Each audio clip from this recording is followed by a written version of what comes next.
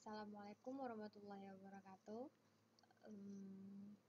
Baiklah, kami dari kelompok 4 akan mempresentasikan hasil diskusi kami mengenai priority scheduling non-preemptive. Jadi sebelum kita masuk ke dalam pembahasan kita, ke dalam materi kita mengenai priority scheduling non-preemptive, pertama-tama ya, saya akan memperkenalkan dahulu anggota dari kelompok 4, yaitu yang pertama Imam Adli, Valda Dimantara, Ulfa Elviani, yaitu saya sendiri, dan Adnan Ridwan Halimul Hakim.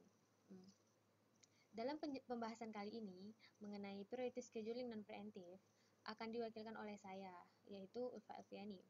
Nah, sekarang kita masuk ke dalam materinya. Priority scheduling. Apa itu priority scheduling? Priority scheduling ini masuk ke dalam salah satu algoritma penjadwalan. Sebelumnya kan itu ada FCSS, FCS kan, dan ini masuk ke dalam priority scheduling. Oke, apa itu priority scheduling? Priority scheduling ini adalah algoritma yang memberikan skala prioritas kepada setiap proses. Jadi, yaitu memberikan prioritas kepada setiap proses. Proses yang mendapat prioritas terbesar akan didahulukan. Nah, priority scheduling ini pertama dia akan memberikan skala prioritas kepada setiap proses. Setelah itu, proses yang mendapat prioritas terbesar akan didahulukan. Dalam algoritma ini terdapat dua kategori, yaitu preemptive dan non-preemptive. Apa sih kelemahan dari algoritma ini? Kelemahannya yaitu proses dengan prioritas kecil tidak akan mendapat jatah CPU. Namun, hal ini dapat diatasi dengan egging, yaitu semakin lama menunggu prioritas semakin tinggi. Nah, jadi hal yang kita tekankan di sini di priority scheduling adalah di kelemahannya ini. Proses dengan prioritas kecil tidak akan mendapat jatah CPU. Hal ini dapat diatasi dengan egging, yaitu semakin lama menunggu prioritas semakin tinggi. Kita masuk ke dalam contoh kasus priority non-preemptive. Contoh kasusnya yaitu ini dia. Misalkan di sini kita ada 3 proses, yaitu P1, P2, dan P3. Di mana P1 ini memiliki brush time sebesar 9, P2 6, P3 3. Dengan waktu kedatangan P1 sama dengan 0, P2 sama dengan 1, dan P3 sama dengan 2. Priority dari setiap proses, P1 adalah 3, P2 adalah 2, dan P3 adalah 1. Oh, maaf, maksud saya P2 adalah 2, P3 adalah 1. Nah, proses pengerjaannya ini tidak jauh berbeda dengan algoritma sebelumnya, seperti FCSS atau SJF. Menggunakan Gantt juga akan menghitung waiting time juga, namun ada perbedaan di sini, yaitu priority. Sini, priority dari prosesnya. Kita masuk ke dalam Gantt chart. Kita akan menghitung waiting time dari priority non-preemptive. Oke. P1 masuk pada waktu kedatangannya di waktu ke-0, diproses hingga waktu ke-9. Nah, di sini P1 tidak memiliki waiting time. Kenapa? Karena dia memang tidak menunggu untuk diproses. Dia tidak ada waktu menunggu di sini. Hanya dia yang diproses hingga waktu ke-9. Jadi P1 waiting time-nya adalah 0. Nah, di sini kok P3 dulu sih? Kok enggak P2 gitu? Karena priority.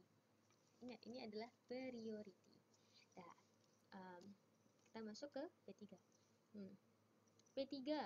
P3 waktu kedatangannya adalah pada waktu kedua. Seharusnya dia di sini kan? Dia masuk dari sini. Namun dia baru bisa diproses pada waktu ke-9. Kenapa? Karena dia harus menunggu dulu P1 selesai, baru dia bisa diproses. Jadi, P3 itu menunggu pada waktu ke-9, hingga diproses sampai waktu ke-12. Dari mana sih tahu dari sampai ke-12? Karena ini, brush time-nya. Brush time-nya adalah 3, jadi dihitung dari 4, 10, 11, 12. Nah, sampai ke 12. Oke. Kemudian masuk ke P2, dia bisa diproses dari waktu ke-12 hingga waktu ke-18 setelah P3 selesai diproses. Dari 12 hingga ke-18 baru P2 bisa diproses. Kok sampai 18 ya? Sama aja, dia menggunakan brush time-nya sebesar 6. Maaf ya, maksud saya adalah 6. Jadi dari 13, 14, 15, 16, 17, 18. Waktunya kita sekarang menghitung waiting time-nya. Gimana cara ngitung waiting time-nya? Kita cuma ngitung berapa lama waktu proses itu memiliki waktu tunggu gitu. Berapa lama dia itu menunggu untuk diproses. P1, seperti tadi sudah kita katakan ya. P1 tidak memiliki waiting time. Kenapa? Karena dia memang tidak menunggu untuk diproses. Dia datang pada waktu ke-0, diproses dari waktu ke-0 hingga waktu ke-9. Jadi dia tidak ada menunggu-nunggu ketika akan diproses. Nah, P2 aja nunggu. P2 itu datang pada waktu ke-1. Di sini dia datang waktu di sini. Dia baru bisa diproses ketika waktu ke-12 setelah P3 selesai diproses. Nah, jadi gimana cara ngitungnya? Waktu ketika pertama kali dia diproses dikurang dengan waktu dia datang. Jadi 12 dikurang 1, hasilnya adalah 11. Jadi dia menunggu selama 11. P3 dia bisa diproses setelah P1 selesai diproses, yaitu pada waktu ke-9. Jadi 9 dikurang dengan waktu kedatangannya pertama. Jadi kedatangnya di sini kan waktu ke-2. Jadi 9 dikurang 2 sama dengan 7.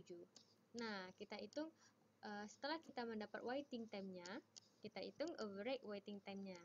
Ya udah, tinggal masukkan aja semuanya. P1 waiting time-nya berapa? 0. P2 waiting time berapa? 11, masukin 11. P3 7, masukin 7. Nah, dibagi dengan jumlah proses yang ada. Ada berapa proses di sini? Ada 3. Kalau 4 ya bagi 4. Kalau 3 ya bagi 3. Nah, jadi kita udah gampang aja. Jadi tinggal ditambahin gini. 0 ditambah 11 ditambah 7 dibagi 3 sama dengan 6. Udah. Masuk ke turnaround time. P1-nya. Turnaround time dari non-preemptive scheduling P1 berapa? P1. Nih, dia selesai diproses pada waktu ke-9. Nah, taruh dia 9 di sini. P2 sama dengan dia di sini. Berhenti pada waktu ke-18. Jadi 18 dikurang 1. 18 dikurang 1 dibagi sama dengan 17. Kemudian P3 12 dikurang 2 sama dengan 10. Jadi hasilnya nih, average turnaround time-nya, rata-rata dari turnaround time-nya adalah P1 ditambah P2 ditambah P3 dibagi jumlah proses yang ada. Jadi P1 sama dengan 9, P2 sama dengan 17, P3 sama dengan 10 dibagi dengan jumlah proses, yaitu 3 sama dengan 12. Nah, selesailah. Jadi yang bisa kita peroleh average time dari kasus di atas adalah 6 dan average turnaround time dari kasus ini adalah 12. Oke, selesai. Itu tadi penjelasan dari kelompok kami mengenai priority scheduling non preemptive. Lebih dan kurang kami mohon maaf. Terima kasih atas waktunya. Assalamualaikum warahmatullahi wabarakatuh.